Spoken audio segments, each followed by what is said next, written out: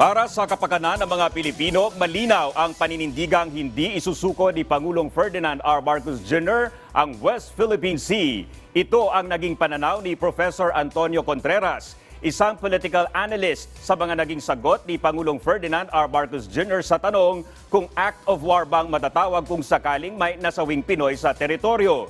Ayon sa Pangulo, kung sinadya, ito ay close to act of war. Paliwanag ni Contreras, panahon ngayon upang magkaisa at suportahan ang Pangulo. Isantabi na muna ang mga political color at unahin ang interes ng bansa. Kaya nga nalulungkot ako pag nakakabasa ako ng mga komentaryo. Nasa halip na makita nilang ito ay pagsasalita o pananalita ng isang Pangulo na gustong ipagtanggol ang ating bayan. Nakikita nila ito na naman sa pananaw na siya isang warmonger, mendicant sa Amerika, hinahayaan na naman na tayo ay maging tuta ng Amerika. Ganun naman ang mga pananaw. Of course, it comes from the same kind of people.